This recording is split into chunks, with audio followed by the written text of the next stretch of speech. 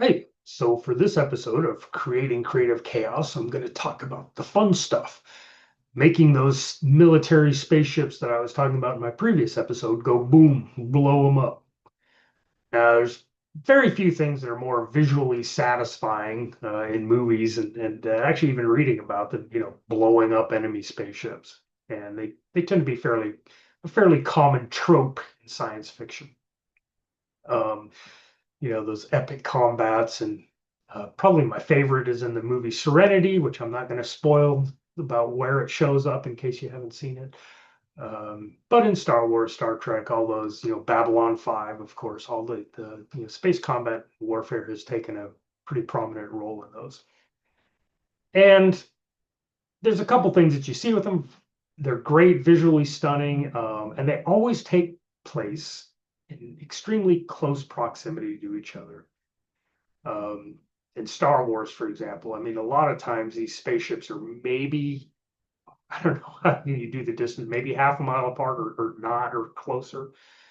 Um, and again, that's not uh, realistic, quote unquote, but it's done again because you want to be able to have this cinema, this overawing, massive cinematic experience and having a lot of ships on screen at the same time. Something that producers and directors have kind of traditionally gone for. But let's see if we can get beyond that a little bit and talk about realistic space warfare. And the main part, the way I'm going to start with that is the actual weapons that are involved.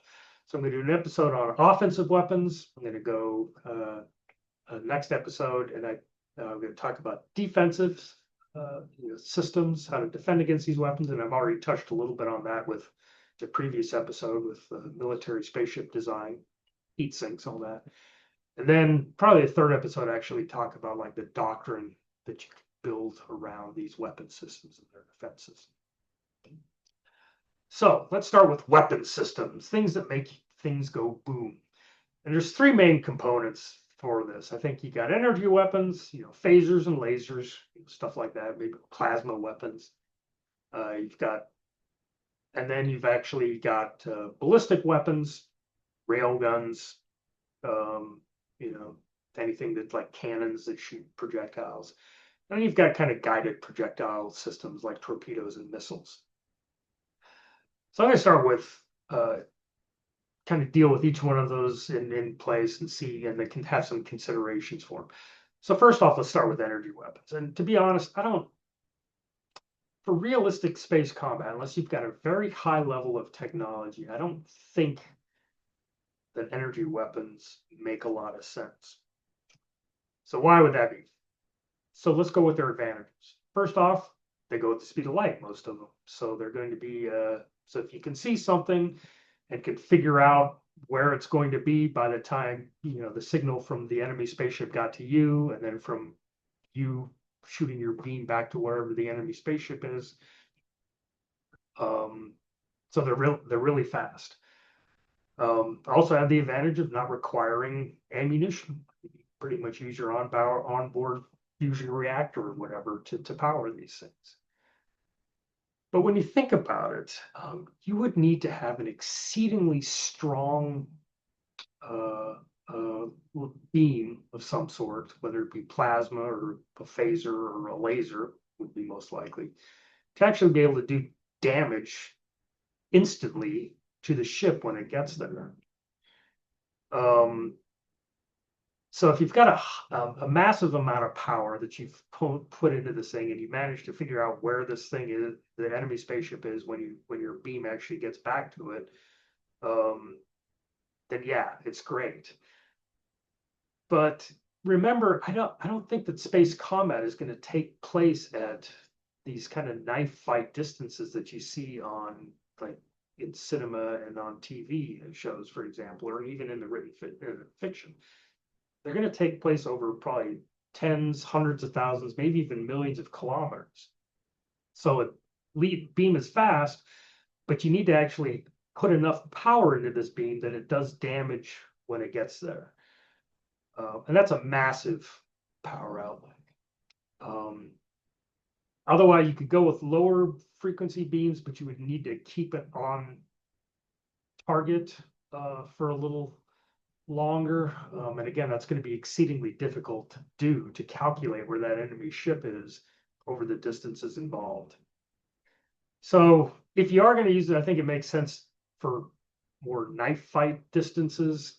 But given the power outlay and all that, I don't know that it makes sense to make this the primary component of your spaceship for offensive systems.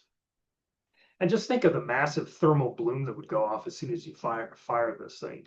As soon as you fire your laser, unless you have like way high-tech ways of concealing this thermal energy, the enemy ship is going to know exactly where you are. Okay, so these are some considerations. The other thing to think of, okay, so let's, so you can use them. Again, they have some advantages,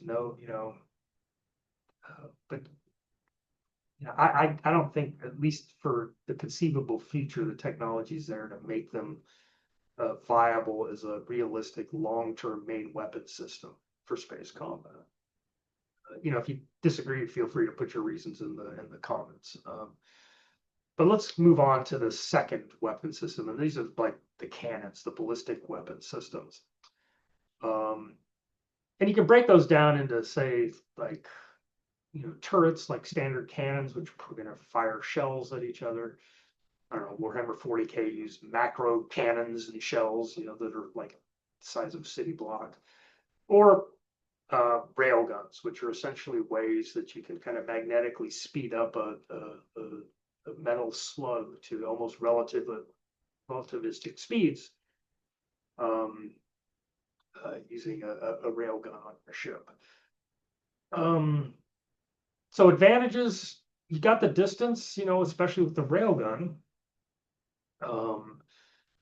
If you hit something with any physical object that's going at almost relativistic speeds, you're going to destroy it. So it does have that going to it.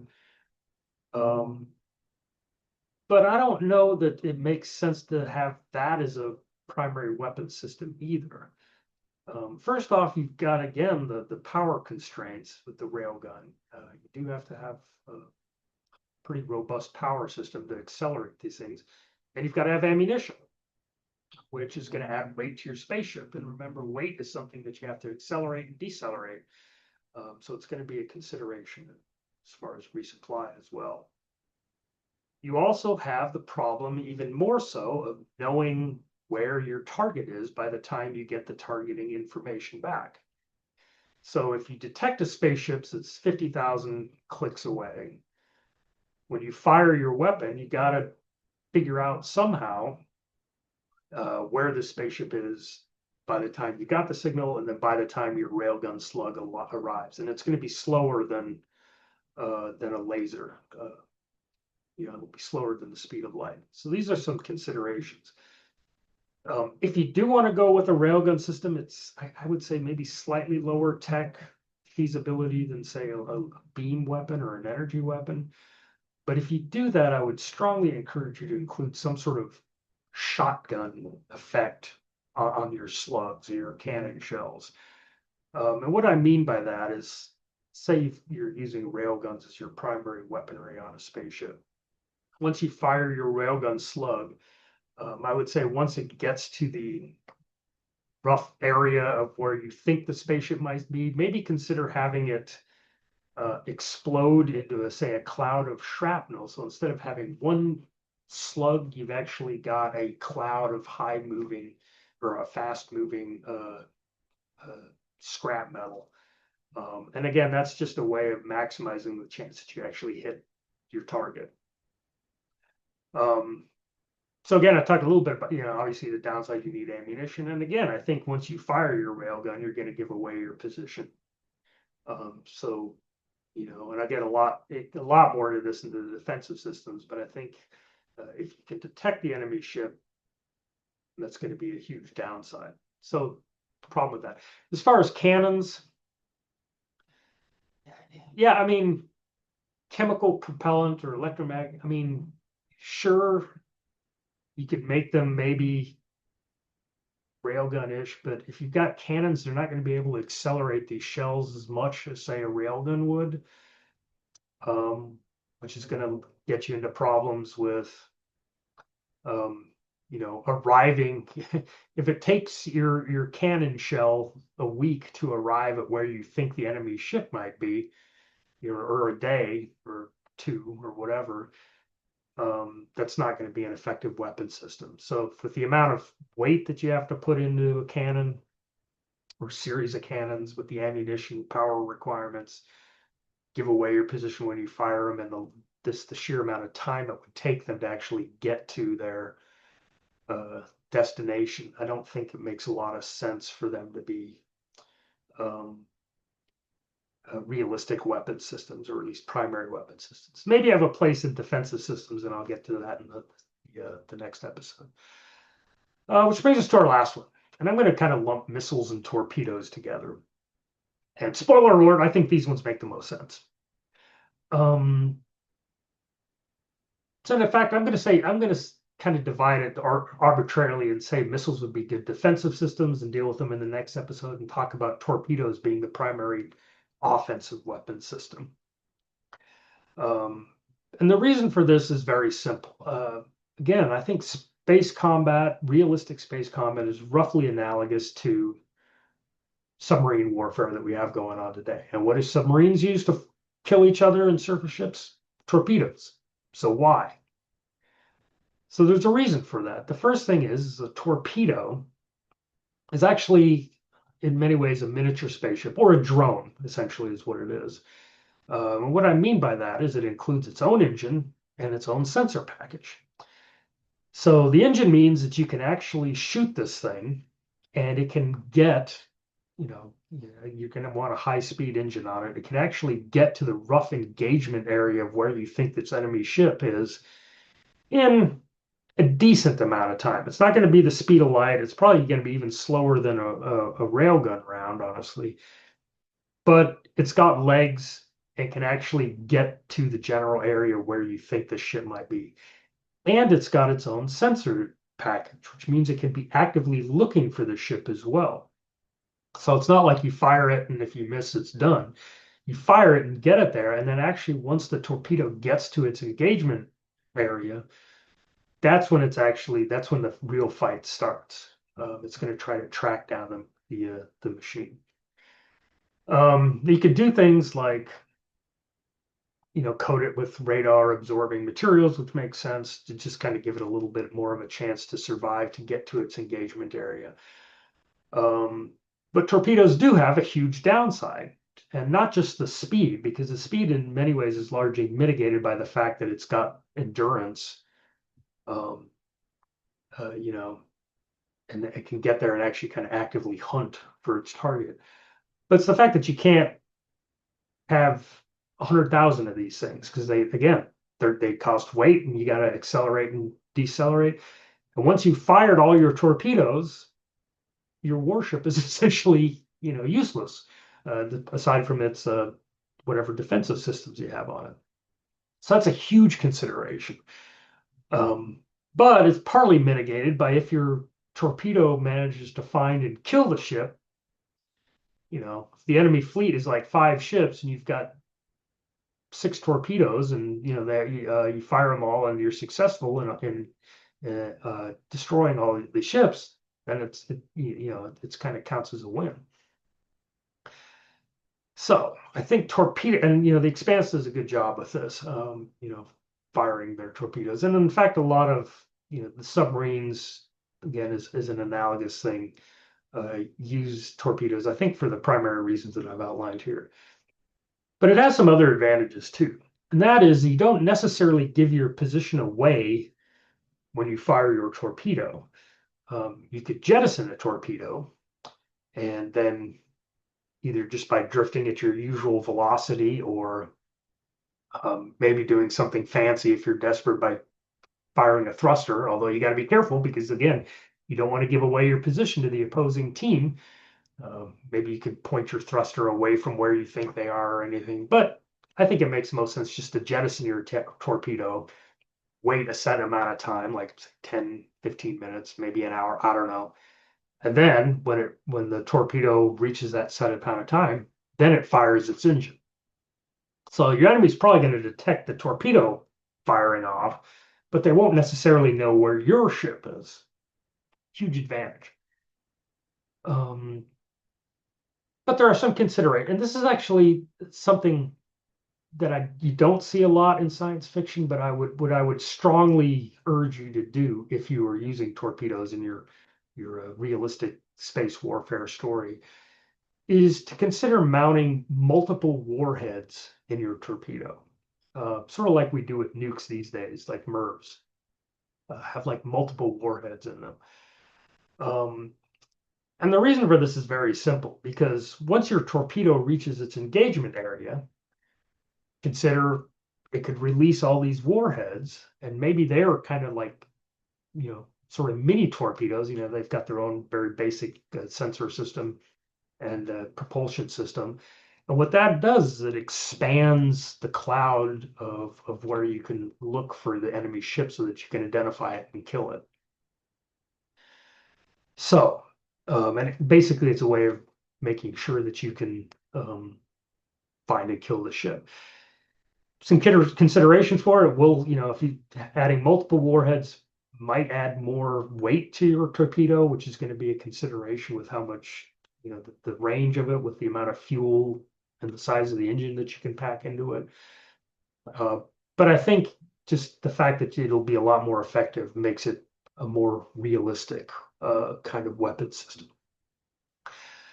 So let's step back and think about a naval engagement in the Regnum Humanitas universe. Um, Relatively lowish or near future tech, so there are fusion generators, but fusion generators don't produce nearly enough power to make energy weapons a viable main weapon system. Same thing with railguns. Um, maybe a planetary or a space station might have railguns for maybe close-in support, but in general, we're talking about spaceships here, and they don't have the power or the space cargo capacity to have a large ammunition magazine. So they go with torpedoes. So let's say we're in my standard Solar Confederation frigate. I'm drifting silently in my patrol zone, and let's say I have a payload of like 6 torpedoes that I can use.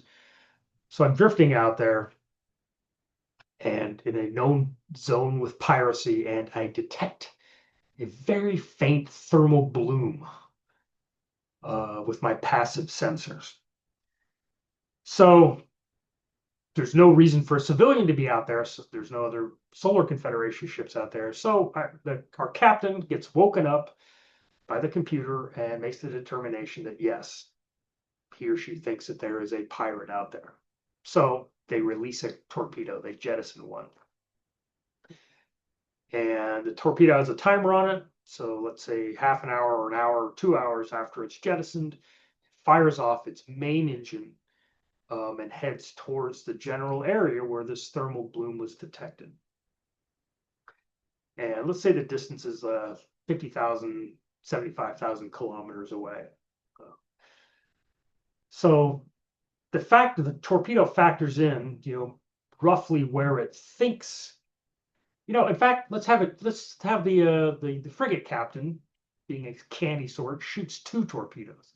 And that's just to increase the engagement range that he or she has. So shoots the torpedoes go to basically the area where they think this the spaceship might have shown up. And it makes it a lot easier if you can actually get the longer you can detect this thermal bloom, the more likely it is that you can actually get a trajectory of the enemy ship. So let's say they've got a basic trajectory and they shoot their 2 torpedoes of roughly intercept courses. The enemy captain, sees the torpedo launches, probably shits themselves a little bit, and try to do whatever they can to avoid being in the engagement area of whatever these torpedoes are. And I'll get into defenses like the next um, episode. So the torpedoes get to their engagement range. They release their MIRVs, their warheads, and their MIRVs start actually actively pinging away with radar, LADAR, whatever they can to actually detect the enemy ship. And of course, you've still got that main torpedo as well, sensor package, so it can start actively searching as well. Then, as soon as any of the MIRVs or the main torpedo detects an energy, detects the ship, they instantly radio the location to the rest of their MIRV cloud, and every one of them accelerates at max acceleration towards their target to hit it and hopefully blow it up. And you don't need explosives to do this. Remember, if you're going fast enough, anything solid, just a little chunk of metal, is going to be enough to do serious damage and most likely destroy your target. So that's my case for torpedoes and kind of a scenario on how I think a realistic space combat torpedo firing would play out. So again, I think I've given my reasons for why I don't think solid ballistic weapons or energy weapons make sense as a primary weapon system, and torpedoes do. If you disagree vehemently, feel free to put them in the comments. And if there's anything I've sort of missed as far as advantages with torpedoes, feel free to put those there as well. And in the next episode, I'll talk about how to defend against said torpedoes, which, spoiler alert, I think is going to be exceedingly difficult if you've been detected. So I'm going to leave it there.